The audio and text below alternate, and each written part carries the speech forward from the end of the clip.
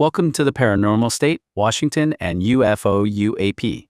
With McCullough, a lifelong experiencer and ET contactee since 1990.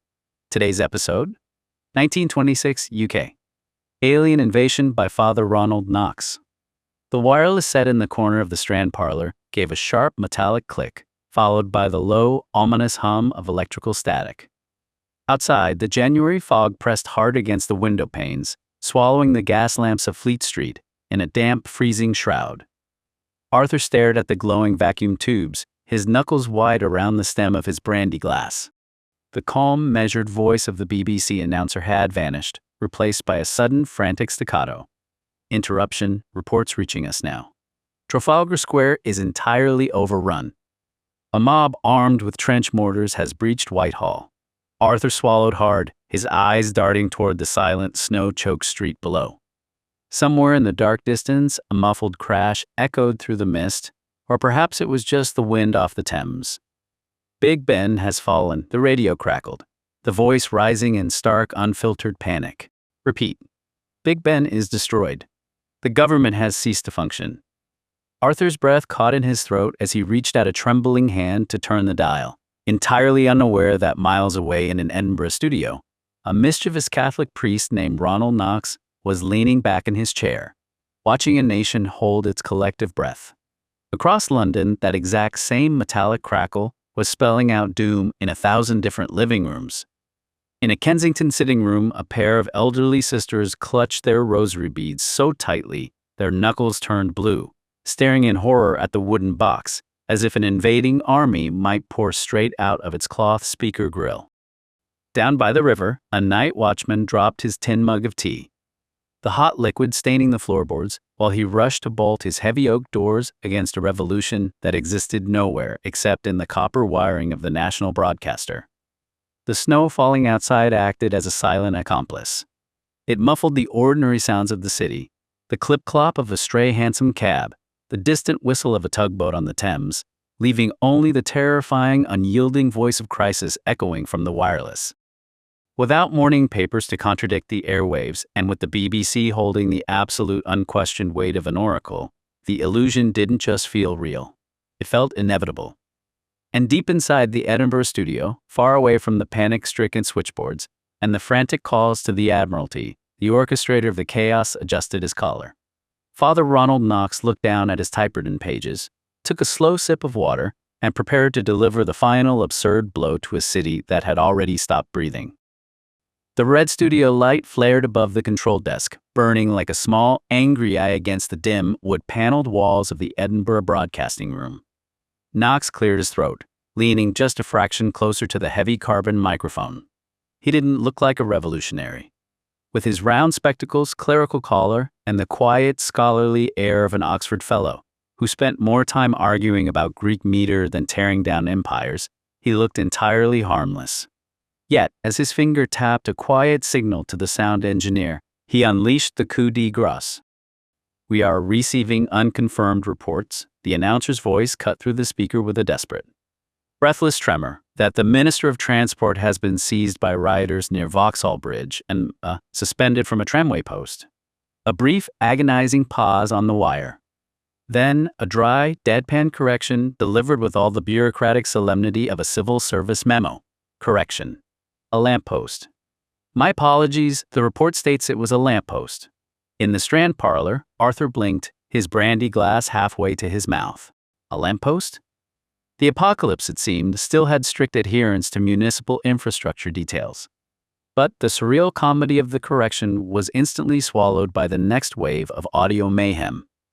The studio door in Edinburgh creaked open just an inch. Outside, a technician was frantically waving a slip of paper, his face pale, mouthing words through the glass partition that Knox couldn't quite catch over the rising tide of simulated static. The phone lines in Edinburgh were starting to hum, not with actors and not with script cues, but with the genuine high-voltage terror of a frightened empire. Knox raised an eyebrow, a faint wry smile touching the corner of his mouth as he realized the monster they had built was no longer on the script page.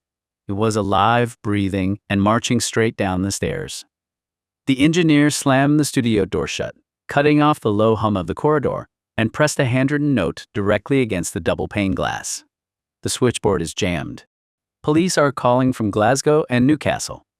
They want to know if they need to mobilize. Knox stared at the slip of paper, the quiet amusement in his chest suddenly giving way to a sharp electric jolt of realization. He had written a farce, a clever, satirical poke, at the rigid solemnity of the British press and the unquestioning gospel of the wireless. He had filled the script with absurdities so glaring, so dripping with theatrical nonsense, that he assumed even the sleepiest Sunday listener would spot the joke within 60 seconds. Instead, the nation had swallowed the hook, line, and sinker. Outside on the streets of Edinburgh, a light sleet had begun to mix with the snow, pattering against the window panes like distant artillery fire. Inside the studio, the announcer stared wide-eyed at Knox, his script trembling slightly in his hand. The red light glared on. The cue for the final segment was looming, the absolute zenith of the madness, where the fictional mobs were meant to storm the very building they were sitting in. Knox didn't hesitate. He reached out, took the red grease pencil from the console ledge, and briskly drew a heavy line straight through the final paragraph of the broadcast. Then, leaning into the microphone with a voice as calm and steady as a Sunday sermon, he gave the signal to improvise the end of the world. The 1926 BBC broadcast of Broadcasting the Barricades stands as one of the earliest and most startling examples of how mass media can inadvertently trigger public panic by mimicking legitimate news. Formatting. Written by Father Ronald Knox, a prominent English Catholic priest, author, and satirist, the program was intended as a clever, high-concept parody of the BBC's burgeoning authority and the rigid style of early radio journalism. The exact script of Father Ronald Knox's 1926 satirical radio broadcast, Broadcasting the Barricades, remains famously lost to history, with no complete archival copy ever recovered from the BBC's early vaults. Yet, given the detailed contemporary accounts, newspaper reactions, and Knox's own distinct literary style, a faithful reconstruction reveals what that chaotic Sunday evening in January likely sounded like to an unsuspecting British public. The broadcast would have begun innocuously, designed to lull the listener into a false sense of domestic security. Following a routine cultural talk, such as an academic discussion on poetry delivered by a fictional, lisping Oxford Don, the program would have experienced a simulated technical glitch before an announcer's voice broke in with frantic urgency. The narrative would have rapidly escalated from a localized disturbance in Trafalgar Square into a full-scale socialist revolution sweeping across London. Listeners would have been fed a bizarre mixture of genuine civic alarm and absurd satirical markers. Reports of mobs hurling ginger beer bottles at the Ducks in St. James's Park, cabinet ministers being dragged from government offices, and iconic landmarks, like Big Ben, being reduced to rubble. The brilliance and the danger of the script lay in its weaponization of the BBC's early authority. Because the nascent Broadcasting Corporation was viewed as an infallible oracle of state truth, and because a heavy winter snowstorm had paralyzed the delivery of morning newspapers, the public lacked any secondary mechanism to verify the chaos. When the announcer deadpan corrected the hanging of a government official from a lamppost to a tramway post, the dark bureaucratic humor was entirely lost on a terrified populace that was already flooding telephone switchboards and calling the Admiralty for gunboats. Ultimately, whether read from a yellowed manuscript in an Edinburgh studio or reconstructed from the shocked headlines of the following morning's papers, Knox's lost script stands as a monument to human credulity. It proved forever that when a trusted voice speaks with enough urgency, the human imagination requires very little encouragement to tear down the walls of civilization entirely. Father Ronald Knox, 1888 to 1957, was quite the chap, a towering ecclesiastical multitasker who managed to be a Roman Catholic priest, a top-tier theologian, an elite detective fiction critic, and a satirist with a wicked streak wide enough to swallow the British Empire whole. Born into an impeccably proper fold, as the son of the evangelical Anglican Bishop of Manchester, young Ronald breezed through Eton and Balliol College, Oxford, hoovering up classicist gongs like the Hertford, Ireland, and Gaysford scholarships before casually settling into a Trinity College fellowship in 1910. But in 1917, during the rather grim backdrop of the First World War, Knox dropped a theological bombshell by converting to Roman Catholicism. This caused quite the minor existential tremor in establishment British drawing rooms. Undeterred, he took his vows in 1919 and spent 1926 to 1939 serving as Oxford's Catholic chaplain, quietly warping the minds of a whole generation of bright young intellectuals with his sharp wit and orthodox charm. When he wasn't busy guiding souls or founding the Elite Detection Club, alongside Agatha Christie and G.K. Chesterton, where he codified the sacred 10 Commandments of fair play detective fiction, Knox enjoyed poking fun at the pompous machinery of the British state. His masterpiece of mischief arrived on January 16, 1926, when he penned Broadcasting the Barricades for the BBC. Imagined as a harmless bit of light entertainment while listening to election returns in 1924, Knox cooked up a mock crisis radio burlesque. Assuming no one could possibly take a full-scale socialist revolution breaking out in central London seriously. He kicked off the program from an Edinburgh studio with a brief, sensible warning that what followed was complete codswallop before seamlessly pivoting into the dry, lisping cadence of a fictional Don named William Donkinson discussing Gray's Elegy. Then came the audio cliff dive. With a dash of simulated static, the broadcast lurched into frantic breaking news updates, announcing that a peaceful protest in Trafalgar Square had devolved into a bloodbath. Knox engineered a chaotic tapestry of bureaucratic absurdity. Cheerful interruptions by the Savoy Hotel dance band sandwiched between reports of mobs hurling ginger beer bottles at the Ducks in St. James's Park. Characters with silly names like Miss Joy Gush and Mr. Popplebury, secretary of the National Movement for Abolishing Theater Cues, mingled with grim accounts of Sir Theophilus Gooch being roasted alive. The peak of municipal madness arrived when listeners were informed that the Minister of Transport, Mr. Weatherspoon, had been strung up from a Vauxhall bridge lamp post, prompting a delightfully pedantic on-air correction that it was actually a tramway post.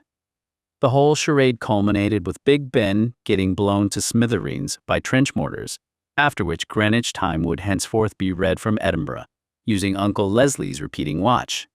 Naturally, because it was broadcast by the BBC, an institution the British public trusted implicitly as an arbiter of sober, unvarnished truth, and because a thumping great snowstorm had conveniently blocked the morning papers from being delivered, thousands tuned in late and missed the joke entirely. The psychological firewall crumbled instantly. Switchboards melted down, frantic citizens rang the Admiralty demanding gunboats be sent charging up the Thames to shell the communists, and domestic scenes dissolved into farce. One notable commercial traveler returned home to find his wife and sister-in-law utterly bladdered and cowering under the dining table, after polishing off a whole bottle of brandy out of sheer revolutionary dread. The print newspapers, predictably furious that a wireless box was muscling in on their monopoly of panic, tore into the BBC the next day. Yet John Reith weathered the storm, and Knox quietly retired to other pursuits, eventually translating the Latin Vulgate Bible into pristine, elegant English during the 1940s. When Knox passed away in 1957, he left behind a legacy as a brilliant ascetic paradox. A man of deep holy devotion who accidentally proved that if you speak into a microphone with enough bureaucratic urgency, you can convince the entire nation that the apocalypse has arrived via tramway post.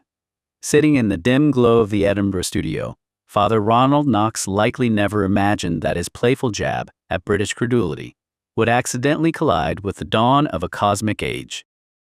To a Catholic intellectual of the 1920s, the universe was a place of divine order, ecclesiastical tradition, and very terrestrial politics, the notion of an extraterrestrial invasion, let alone a physical craft dropping out of the stratosphere, belongs strictly to the realm of pulp magazines and H.G. Wells novellas, entirely disconnected from any genuine cultural framework of UFO phenomena or modern UAP belief systems.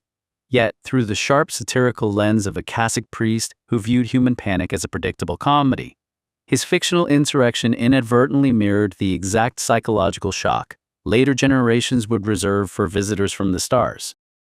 By weaponizing the wireless to fake the collapse of the British Empire via communist rioters and tramway posts, Knox exposed a profound, universal truth. Humanity does not need little green men from another world to unravel its collective sanity. Give us an urgent voice, a crackling microphone, and a sufficiently dramatic threat, and we will gleefully invent our own apocalyptic invaders, proving that the most terrifying unknown in the universe has always been the sheer, unbridled panic humming inside our own heads. It is all terribly funny, really, the absolute pinnacle of cosmic pistake. We trot around patting ourselves on the back for inventing quantum mechanics and mapping out multi-dimensional string theory. Yet the second an ambiguous smudge appears on a radar screen or blurry light does a funny loop-the-loop over Swindon, our collective intellectual faculties instantly regress to the cognitive level of a Tudor peasant terrified of a bad harvest. The real comedy, of course, is our unshakable lack of imagination masquerading as high-concept sci-fi. We gaze out into the infinite, mind-boggling expanse of the cosmos, where any extraterrestrial intelligence is likely to be as comprehensible to us as differential calculus is to a startled badger. And our absolute top-tier narrative default is, right then, they've obviously traversed a quadrillion parsecs of freezing vacuum just to nick our farm animals, pinch our tap water, and blow up the Palace of Westminster. We're basically projecting our own parochial, empire-building baggage onto beings whose physics we couldn't even spell on a good day. Even poor old blokes like Michio Kaku, who spend decades grappling with genuine brain-melting science, have to spend half their lives explaining to journalists why a warp drive isn't just a fancy microwave. It's a proper British farce of misplaced priorities. The boffins paid to study actual reality are perpetually gazumped by a public that would rather swallow a rollicking yarn about bug-eyed space monsters than admit we haven't the foggiest what's going on. We happily bypass the messy, unglamorous grind of empirical observation because a shiny, hostile invader makes for a much better Tuesday night telly. At the end of the day, it just goes to show that humans aren't rational creatures who occasionally have feelings. We are deeply dramatic storytelling chimps who occasionally pop on a lab coat and pretend to know what we're doing. To be continued. Watch and listen. Watch the cinematic video trailer. Listen to the full podcast now. Explore the archived Cosmic Awakening Volume 1, 1991, Peru, Journey into the Unknown. Sacred Valley of the Incas. Volume 2, Ascension 2012, The Golden Alchemy. Part 3, The First Contact and the Paranormal State. Join the journey. New episodes drop periodically. Each chapter delivers a tight, hyper-focused 10 to 30-minute exploration into the evolution of ufology, perfect for your daily plunge into decoding hidden messages from outer space, designed to raise awareness and foster human evolution. Subscribe to support your inner development. Thumbs up to help push our channel through the algorithm. Comment below. Share your thoughts on today's episode.